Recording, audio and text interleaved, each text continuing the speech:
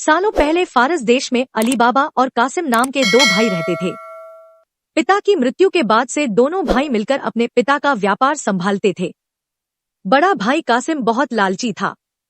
उसने धोखे से पूरा व्यापार हथिया कर अली बाबा को घर से निकाल दिया। इसके बाद अली बाबा किसी बस्ती में जाकर अपनी पत्नी के साथ झोपड़ी में गरीबी की जिंदगी व्यतीत करने लगा। वह रोजाना जंगल जाकर लकड़ियां काट कर लाता और बाजार में उन्हें बेचकर जैसे कैसे घर का गुजारा चलाता था। एक दिन अली बाबा ने जंगल में लकड़ी काटते समय 40 घुड़सवार को वहां आते हुए देखा। सभी घुड़सवार के पास धन की पोटली और खंजर थे। यह देखकर वह समझ गया था कि ये सभी चोर हैं। अली बाबा एक पेड़ के पीछे छिपकर उन्हें देखने लगा। तभी सभी घुड़सवार एक पहाड़ के पास जाकर खड़े हो गए। तभी चोरों के सरदार ने पहाड़ी के सामने खड़े होकर बोला, खुल जा सिमसिम। इसके बाद पहाड़ में से एक गुफा का दरवाजा खुला। सारे घुड़सवार उस गुफा के अंदर चले गए। अंदर जाकर उन्होंने बोला, बंद हो जा सिमसिम, और गुफा का द्वार बंद हो गया। यह देख अली बाबा दंग रह गया। कुछ देर बाद वो दरवाजा फिर से खुला और उसमें से वो सभी घुड़सवार निकले और वहां से रवाना हो गए। अली बाबा यह जानने को बेताब हो गया कि आखिर इस गुफा में क्या है और वो सब यहाँ क्या कर रहे थे। इसके बाद उसने गुफा में जाने का फैसला किया। वह उस पहाड़ के सामने गया और बार बार चोरों के सरदार के शब्द बोलने लगा, खुल जा सिमसिम, खुल जा सिमसिम। गुफा का दरवाजा खुल गया।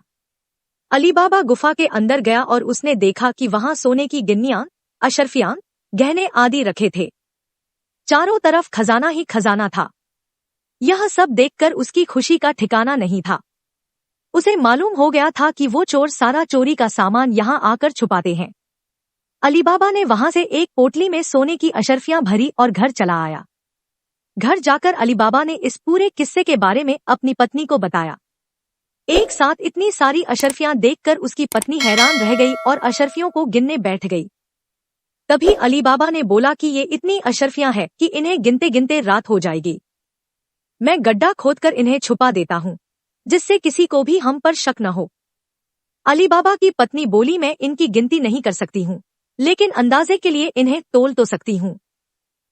अली बाबी की पत्नी भागती हुई कासिम के घर गई और उसकी पत्नी से गेहूं को तोलने के लिए तराजू मांगने लगी। यह देखकर कासिम की पत्नी को उस पर शक हुआ। उसने सोचा कि इन गरीब लोगों के पास अचानक उनके पास इतना अनाज कैसे आया। वो अंदर गई और तराजू के नीचे गोंद लगाकर लाई और उसे दे दिया।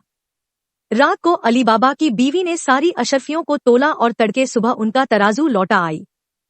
कासिम की पत्नी ने तराजू को उल्टा करके देखा तो उस पर सोने की एक अशर्फी चिपकी हुई थी। उसने यह बात अपने पति को बताई। कासिम और उसकी पत्नी यह जानकर जल भुन गए। दोनों को रात भर नींद नहीं आई। सुबह होते ही कासिम अली बाबा के घर गया और उससे धन का स्रोत पूछने लगा। यह सुनकर अली बाबा ने कहा, आपको कोई गलतफहमी हुई है, मैं तो एक मामूली लकड़हारा हूँ। कासिम ने बोला कि तुम्हारी बीवी कल हमारे घर से अशर्फियों को तोलने के लिए तराजू लेकर गई थी। ये देखो, ये अशर्फी तराजू पर चिपकी मिली है। सब सच बताओ, नहीं तो मैं सबको बता दूंगा कि तुमने चोरी की है। यह सुनकर अली बाबा ने सच सच सारी कहानी बता दी। कासिम के मन में लालच आ गया। उसने खजाना हथियाने का प्लान बनाया और अगले दिन गुफा पहुंच गया। वह अपने साथ एक गधा भी लेकर गया ताकि वह उस पर खजाना लाद कर ला सके। गुफा के सामने पहुंचकर उसने अली बाबा ने जैसे बताया था वैसे ही किया। उसके खुल जा सिमसिम बोलते ही गुफा का दरवाजा खुल गया। अंदर पहुंचकर चारों तरफ खजाना देखकर वह भौचक्का रह गया। उसने बोरियों में सोने की सिक्के भरे और बाहर निकलते समय क्या बोलना है वही भूल गया। गुफा से बाहर निकलने के कासिम ने तमाम प्रयास किए, लेकिन कोई रास्ता न निकला। वह गुफा के अंदर कैद हो जाता है। कुछ देर बाद जब चोरों का गिरोह वहां पहुंचा तो उन्होंने देखा कि बाहर एक गधा बंधा है। वे समझ जाते हैं कि यहाँ कोई आया है। चोर अंदर जाते हैं और कासिम को ढूंढकर मार देते हैं। इधर जब कासिम घर नहीं पहुंचता तो उसकी पत्नी परेशान हो जाती है और अली बाबा के घर जाकर बड़े भाई को ढूंढकर लाने के लिए बोलती है। अली बाबा ढूंढता हुआ गुफा के पास पहुंचा तो वहां उसने भाई के गधे को घास चरते हुए देखा। वह समझ जाता है कि कासिम अंदर गया था और चोरों ने उसे पकड़ लिया है। अली बाबा जब गुफा के अंदर गया तो उसे कासिम की लाश मिली। अली बाबा लाश को घर लाता है और बिना किसी को बताए प्राकृतिक मौत घोषित करके उसका अंतिम संस्कार कर देता है।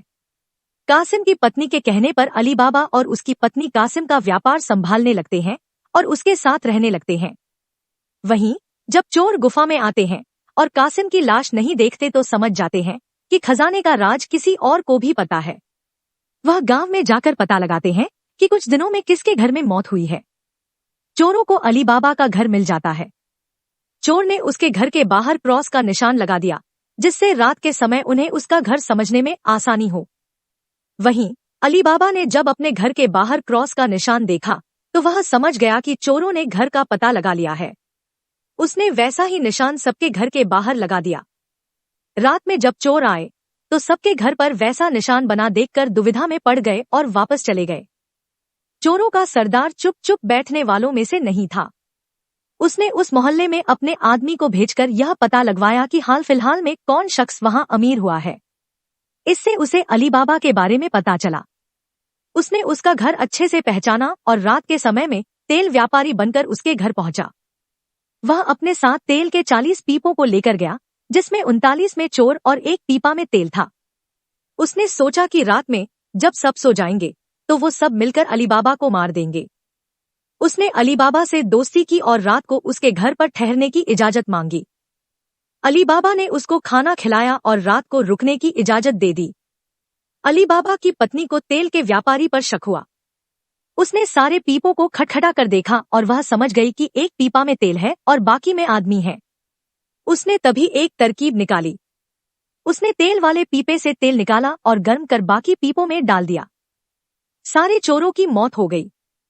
रात में जब सरदार ने चोरों को निकलने का इशारा किया तो एक भी चोर बाहर नहीं निकला। उसने पीपों को खोलकर देखा तो सभी चोर मर चुके थे।